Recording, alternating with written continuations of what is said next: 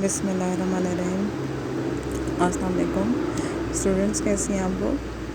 अच्छा, आज हमने मुताला पाकिस्तान का एक इम्पोर्टेंट लॉन्ग क्वेश्चन जो है वो डिस्कस करना है। बुक में जो ये शॉर्ट लॉन्ग क्वेश्चन दिया हुआ है, ये थोड़ा सा मतलब एक जस्ट 2 पैराग्राफ की फॉर्म में दिया हुआ है। अब इसको प्रॉपर हेडिंग के साथ और थोड़ी डिटेल के साथ हमें जो है ना यहाँ पे डिस्कस करना है। आपने एक काम ये करना है कि जिस तरह आपने शॉर्ट क्वेश्चन आंसर्स के असाइनमेंट्स बनाए हैं ना, इस लॉन्ग क्वेश्चन के भी आपने एक असाइनमेंट बना लेनी है, ताकि ये लॉन्ग क्वेश्चन आपके पास रिटन फॉर्म में आ जाए और फिर आप उसको उसी तरह से प्रिपेयर कर लें और अच्छी तरह से याद भी कर लें। अच्छा, अब इस जो क्वेश्चन है वो हमारा क्या है, आबो हवा के इंसानी ज़िंदगी पर कैसे असरअंदाज होती है। अब इसका आंसर मैं एक दफ़ा रीड आउट कर देती हूँ और फिर आपने इसकी हेडिंग और उसके साथ जो है अच्छे तरीके से इसको नोट डाउन कर लेना है। किसी मुल्क या इलाके के लंबे अरसे के सालाना दर्जा हरारत, हवा का दबाव, सालाना औसत बारिश, नमी और दीगर कैफियत की औसत इस इलाके की आबो हवा कहलाती है। ये कैफियत अमूमन 30 साल के औसत निकालने के बाद मुतय्यन होती है, या किसी भी मकाम की लंबे अरसे तक हवा की कैफियत, दर्जा हरारत, हवा में नमी का तनासुब और बारिश की औसत को इस इलाके की आबो हवा कहते हैं। आबो हवा के इंसानी ज़िंदगी पर असरात। आबो हवा का इंसानी ज़िंदगी पर बहुत गहरा असर होता है, ख़ास तौर पर इंसानों के रहन सहन, खुराक, पेशे, खेल, रस्म व रिवाज और इक़्तिसादी और मौशी ज़िंदगी की सरगर्मियों का दारोमदार भी बड़ी हद तक इस इलाके की आबो हवा और दीगर मौसमी हालात पर होता है। दुनिया में मुख्तलिफ़ इलाक़ों में मुख्तलिफ़ किस्म की आबो हवा पाई जाती है, जो इन इलाक़ों पर और उनके माहौल पर अपना ख़ास असर रखती है। लोगों की सरगर्मियाँ इस असर के ताबे होती हैं, यहाँ तक कि मुख्तलिफ़ किस्म की फसलें, फल और फूल भी आबो हवा के ताल्लुक़ की बिना पर पैदा होते हैं। लोगों की खुराक, लिबास, इनकी सरगर्मियाँ आबो हवा की वजह से मुतासिर होती हैं। आबो हवा के इंसानी ज़िंदगी पर असरात मुदरजा ज़ेल हैं। अब पहला आ जाता है नीम बर्री बुलंद आबो हवा का ख़ित्ता, या जिसको हम बोलते हैं शुमाली और शुमाल मगरबी पहाड़ी इलाके। पाकिस्तान के शुमाली और शुमाल मगरबी पहाड़ी इलाके जो हैं वो मुसलसल पहाड़ी सिलसिलों में घिरे हुए हैं। ये इलाके सतह समंदर से कई हज़ार फुट बुलंद हैं। जैसे जैसे हम सतह समंदर से बुलंदी की तरफ जाते हैं, दर्जा हरारत में कमी वाक़ होती जाती है। मौसम सरमा। पहाड़ी इलाकों का दर्जा हरारत मौसम सरमा में सर्द तरीन यानी नुक्ता इंजमाद 0 डिग्री सेंटीग्रेड से गिर जाता है। इन इलाकों में ज़्यादातर बर्फ़बारी होती है।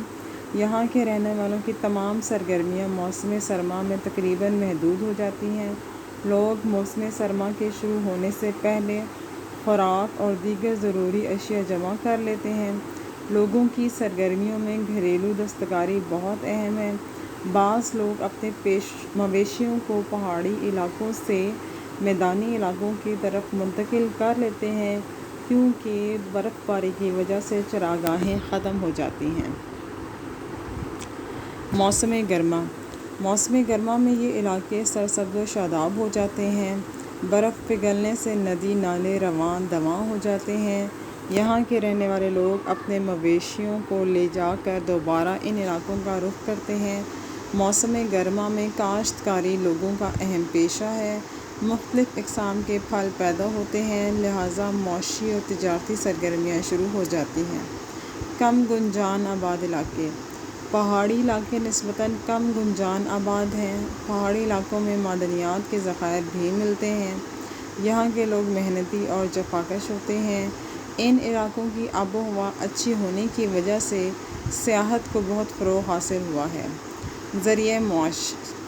इन इलाकों के लोगों के ज़रिए मौश का इन्हिसार मवेशी पालने, भेड़ बकरियाँ चराने, दस्तकारियों और मुख्तलिफ़ किस्म के फलों की पैदावार पर है।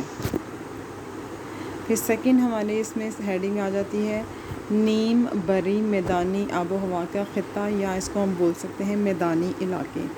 پاکستان کے میدانی علاقوں کی آب و ہوا میں شدت پائی جاتی ہے، یعنی موسم گرما گرم ترین اور موسم سرما سرد ترین ہوتا ہے۔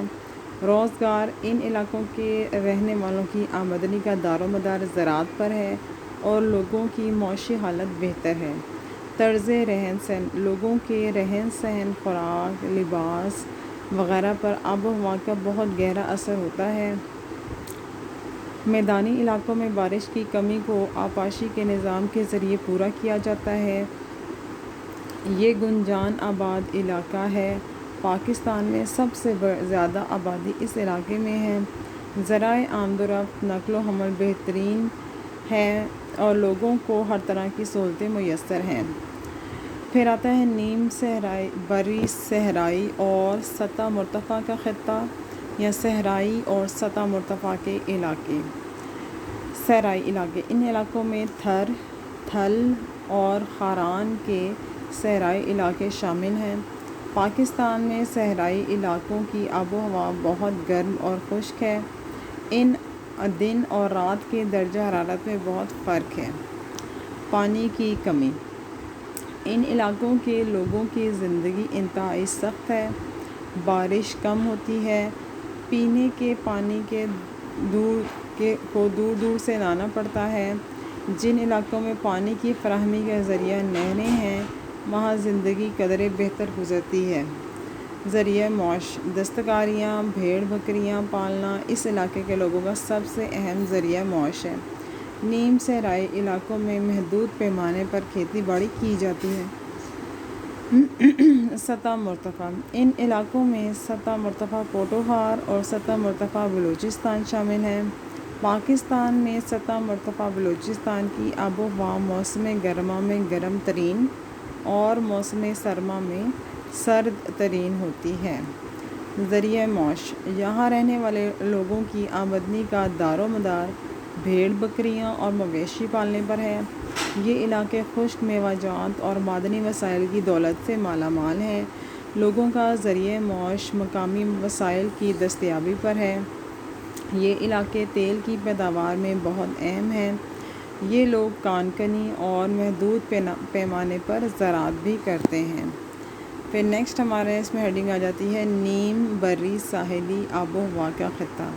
ساحلی علاقے: پاکستان کے ساحلی علاقے مشرق میں بھارت کی سرحد سے شروع ہو کر جنوب مغرب میں ایران کی سرحد تک پھیلے ہوئے ہیں۔ ساحلی علاقے کی آب و ہوا بالائی علاقے کی آب و ہوا سے بعض اعتبار سے بہتر ہے، لیکن پاکستان کے ساحلی علاقوں میں آب و ہوا سارا سال گرم مرطوب ہے۔ ذریعہ معاش: پاکستان کے ساحلی علاقوں کے لوگ ماہی گیری، تجارت، ملازمت، خدمات اور گلہ بانی وغیرہ جیسے پیشوں سے وابستہ ہیں۔ اچھا، تو ٹاپک یہاں پہ گرلس ہمارا کمپلیٹ ہو جاتا ہے۔ آپ کی یہ اسائنمنٹ ہے کہ آپ نے اس لانگ کوشچن کو ود پراپر ہیڈنگس، جس طرح سے ہیڈنگس اس کوشچن کے آنسر میں نے بھی بتائی ہیں، ویسے ہی آپ نے لکھنی ہے۔ نمبرنگ لکھتے ہوئے خیال رکھنا ہے، مین جو ہیڈنگ ہے اس کو پراپر نمبر دے دینا ہے، سب ہیڈنگ کو پھر اس کے اکارڈنگلی الف ب جیم دال اس طرح سے نمبرنگ کر دینا، یا جو رومن میں 1 2 3 ہوتی ہے نا، آئی کی طرح کی اسمال آئی جو لکھتے ہیں وہ والی کر لینا۔ نمبرنگ جس طرح سے 20 میں آپ کو نظر آ رہی ہے ویسے آپ نے نمبرنگ کر کے جو اپنا لانگ کوشچن ہے وہ لکھ لینا ہے۔ نیٹ کوشچن لکھنا ہے، اور یہ لانگ کوشچن ہے، امپورٹنٹ ہے اور آسان سا بھی ہے۔ لکھنے کے بعد یہ آپ نے اس کو ساتھ ہی یاد بھی کر لینا ہے۔ ٹھیک ہے، اپنا خیال رکھیے گا، دعاؤں میں یاد رکھیے گا۔